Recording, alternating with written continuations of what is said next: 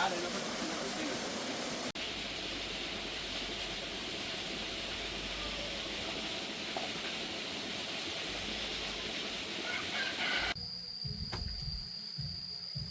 Chắc hôm nay mình đi bắt ít cá. Hôm qua đi theo người dân bản địa ở đây thấy chỗ có nhiều cá lắm.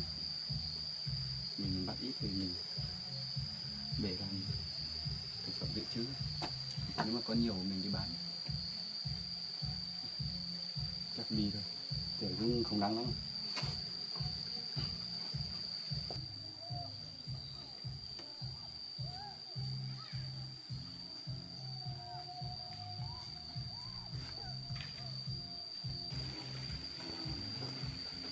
Anh Nhật anh định đi đâu á?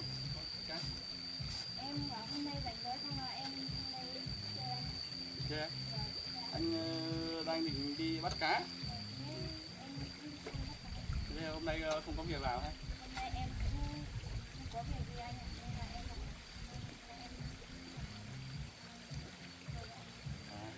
thế thì hay với anh đi bắt cá nhỉ? Hôm qua anh đi theo dân bản địa ở đây thấy có nhiều cá. Thế để anh lấy gì? Em vùi vùi. Bắt thử xem. Hôm qua thấy đi cùng với mấy anh ở đây thấy có nhiều cá mà mày. Lên đi cùng thấy anh. Đi cùng anh luôn nhỉ? Đây em để trên này.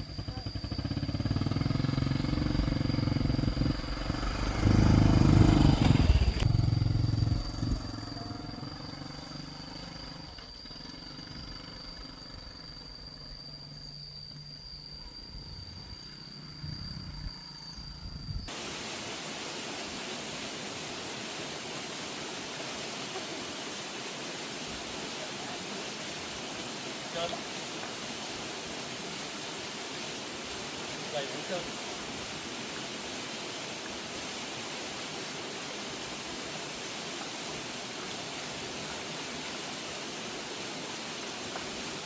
Nhìn thật em nhé.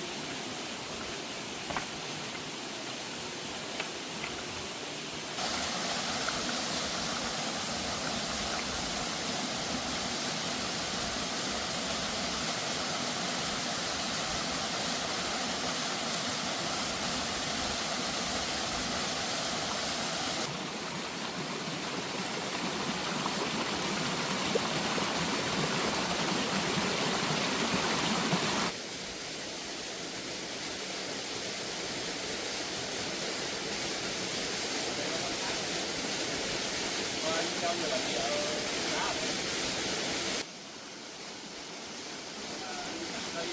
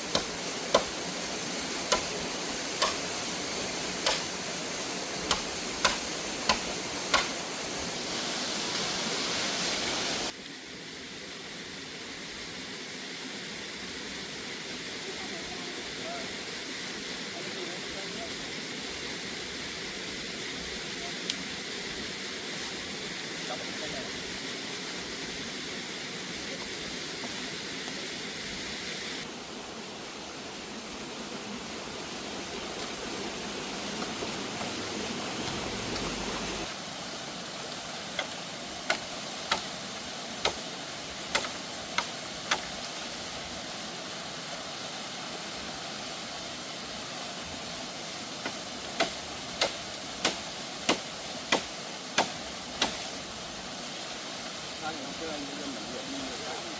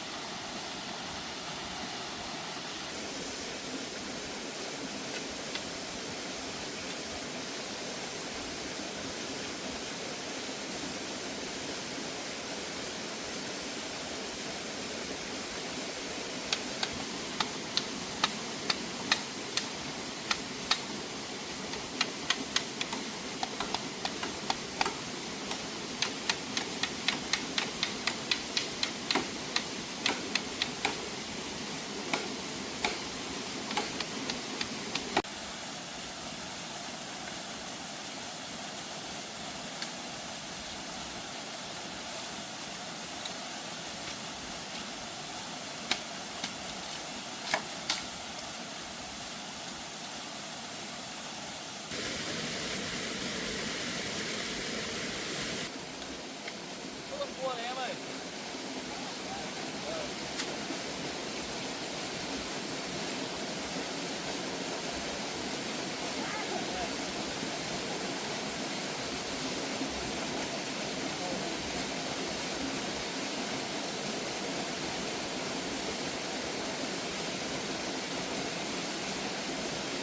Đây là cá được cua trước rồi.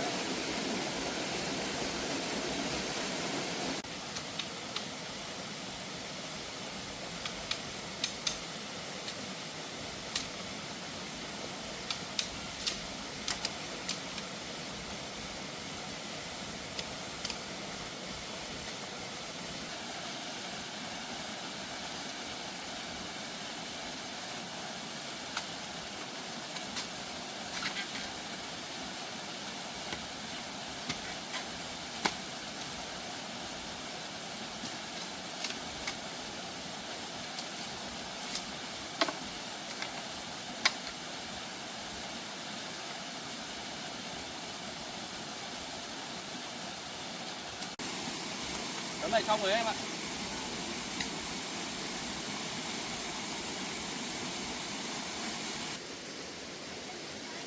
Được em ạ.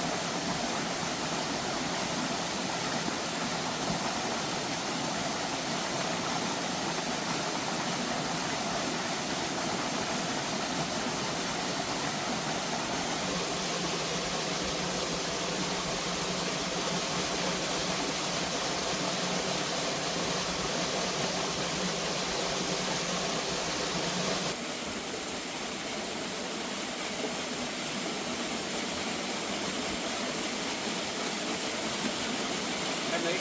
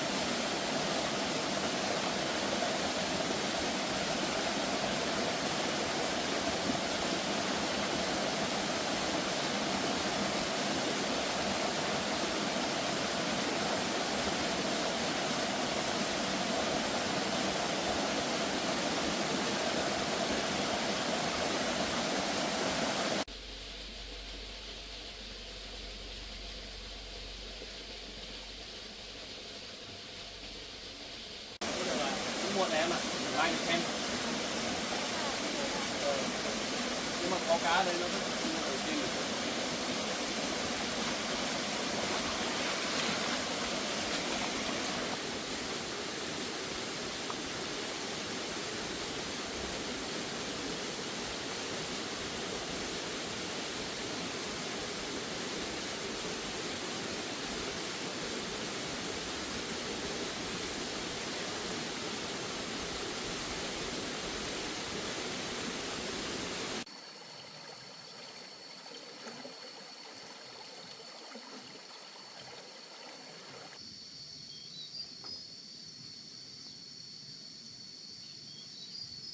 Qua đấy mình còn về nhanh không thì trúng mưa đấy em nhỉ.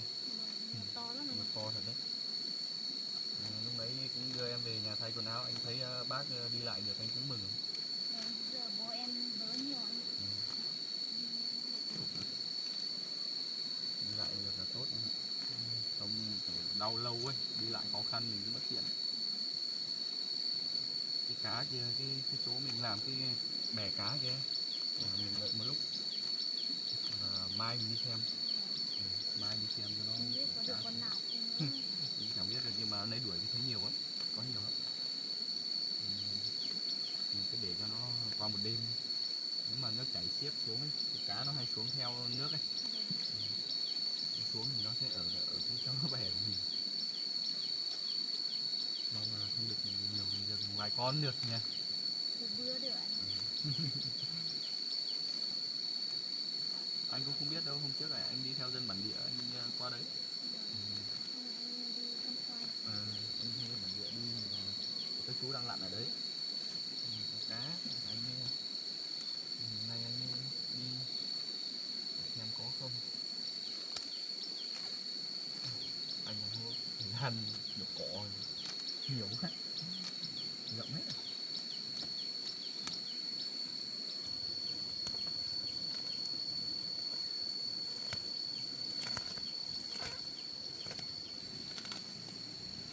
Tay nghề của anh giỏi quá nhỉ.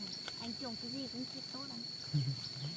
Hôm em về thấy lạc vẫn còn thấp thấp mà hôm nay em về lại thấy cao rồi, cả đố nữa. Chết tốt đấy. Nên không là anh hôm qua anh cũng bón được một ít phân đấy. Bón phân vào nó tốt em ạ. Nhưng mà cỏ cũng lên nhanh quá. Bón phân xong là mai nó dần dần tốt lên. Thế nào nó mà lên nhanh nó leo hết đây thì anh em mình đi thu hoạch. Anh lấy một ít thì cho bác.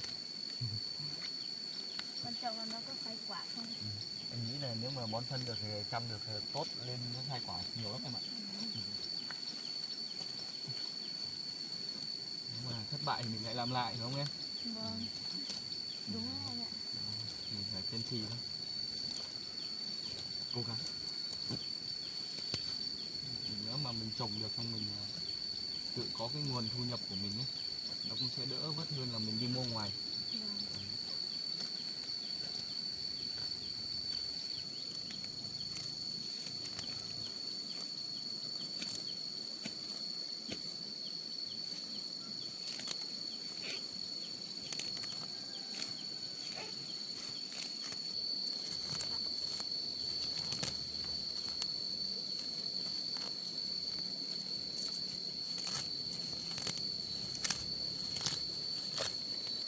Nhà em dạo này thu mua măng có được nhiều không em? Bình thường thôi anh ạ. Giờ cũng gần cuối vụ ấy nhỉ? Có hôm thì được, có hôm thì cũng được ít. Hôm trước anh cũng đi lấy được một ít măng ấy. Anh cũng đem đi bán à? Qua nhà em nhưng mà anh sợ bố em đau chân đấy. Không có ai không mua được đấy. Anh hãy đi bán ở bên dưới.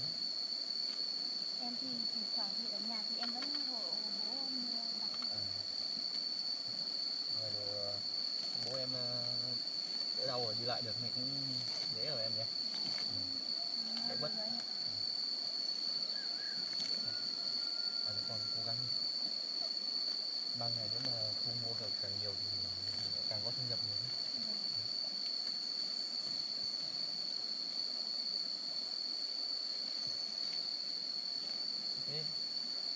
em còn thu mua gì nữa không?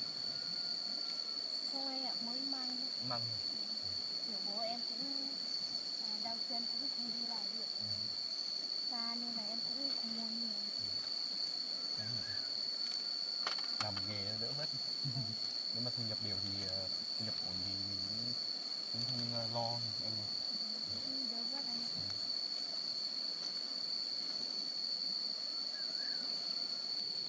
Em cứ nhổ ở xung quanh gốc thôi em ạ. Vâng. Còn ở ngoài ấy để khi nào nó nắng để anh cào sau. Vâng. Không nhiều lắm, không nhổ được đâu anh. Nhổ gần gốc này cho nó ăn phân. Cỏ nhiều quá cỏ cũng ăn phân hết rồi anh ạ. Cứ nhổ gần gốc này. Kiểu đợt này anh làm anh cũng ấy, anh không có thời gian cào ấy, cào đều ấy. Anh mong sao là cái vườn đố của anh nó lên tốt em ạ. Vâng, không mai anh bón phân nó dần dần nó khắc tốt lên anh ạ. Lên nó sai chiếu quả. Đấy, anh cũng làm được cái dàn này, nếu mà nó lên thì cũng đẹp lắm em ạ. Vâng. Cái chỗ lúc đấy mình đi rất nhiều cá anh ạ, có thấy đứng nước sâu này chắc cũng nhiều cá lắm. Em cũng lâu lắm cũng không được ăn cá rồi cũng thấy thèm cá. Anh cũng thích ăn cá nữa. Em cũng giống Yến, Yến cũng thích ăn cá. Lên đây mà đòi anh đi câu suốt đây. Nhưng mà lên đây cũng chả có thời gian, với lại được đấy là toàn mưa nhiều ấy. Nhưng mà hôm nắng nắng anh mới được đưa Yến đi chơi một hôm. Mong là đi xem là có cá nhiều. Sợ là nó không được. Không biết là được ít hay được nhiều. Nhưng mà chỗ đây có chắc cũng cá to đấy em nhỉ. Cái thác nước đẹp như này, sâu nữa.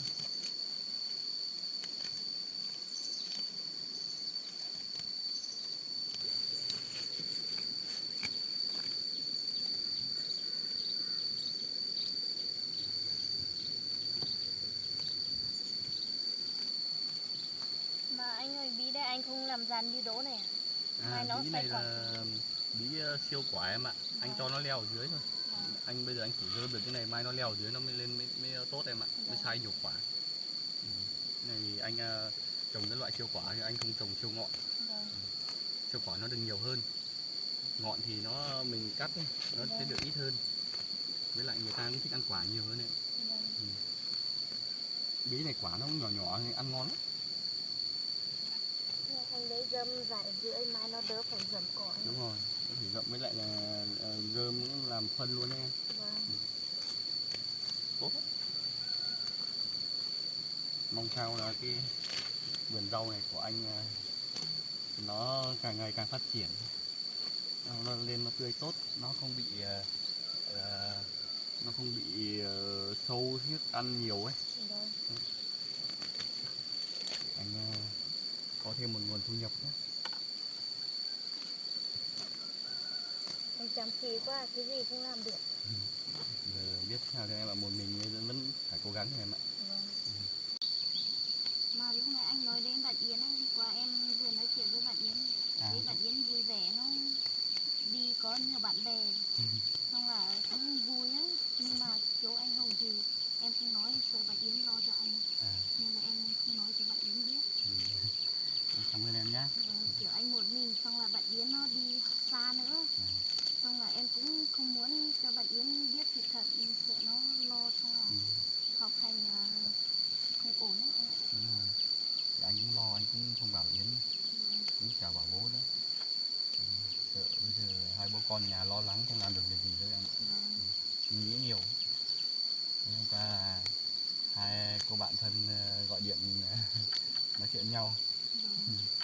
Lâu quá xong rồi em cũng hỏi thăm sức khỏe bạn Yến xem có khỏe không, đi học đến đâu như thế nào.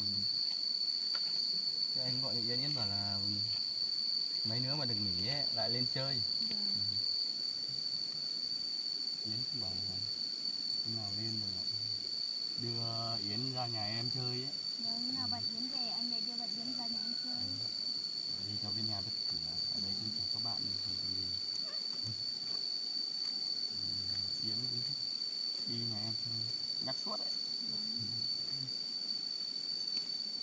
Thì một mình bé xong là cái thì Yến ra ngoài nước ngoài du học thì cũng chả có bạn bè Việt Nam đấy đâu em ạ. Về thì cũng chả có ai chơi mấy, cũng tủi thân thương em. Đi học xa nên là cũng không có bạn bè nhiều. Tủi thân em. Đi nước ngoài 5 năm 5 năm thì cũng một mình côi cút bên kia cũng buồn lắm, cũng thương cho con bé thật. Phải đi kiếm sống rồi em ạ. Ngày xưa bố anh đã nghiện rượu ấy, mẹ anh bỏ đi một mình, anh gánh vác hết gia đình. Đi khổ cho anh quá. Có gì đâu em ạ, bây giờ phải làm con như thế nào được. Nhưng mà bây giờ may mắn quá là bố cũng bỏ được rượu rồi, cũng đã hiểu rồi. Yến giờ cũng lớn rồi, anh cũng đỡ vất vả gì. Thế con lo nhiều.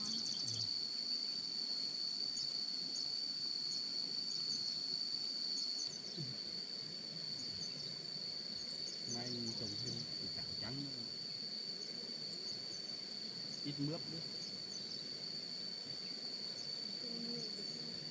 Mình có nhiều loại mặt hàng. Khu đất của anh nhiều này, nếu mà trồng khoai thì chắc cũng tốt đấy anh ạ, sai khoản nhiều ấy.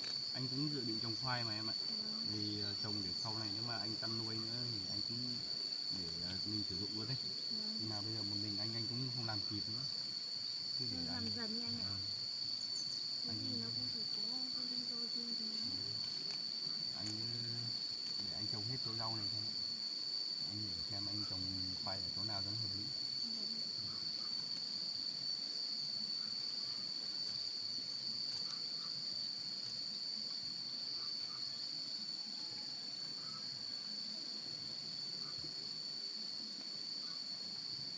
May quá cây rau của anh không bị sâu này em nhỉ. Vâng, nếu mà bị sâu thì chắc là cái này là mình cũng không phun được anh.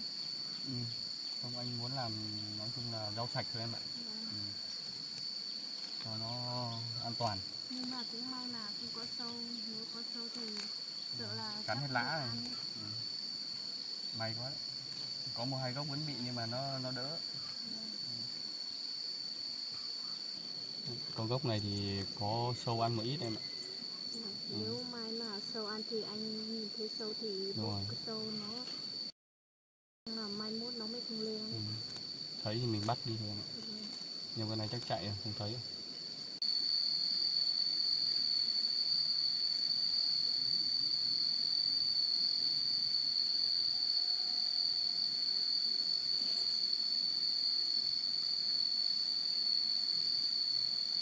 Mấy chỗ này anh thiếu hạt, sau anh mua thêm anh lồng bù vào em ạ.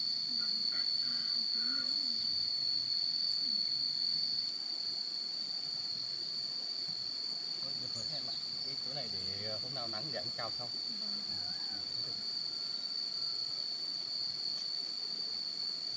Về rửa chân tay. Cảm ơn em quá, bộ anh.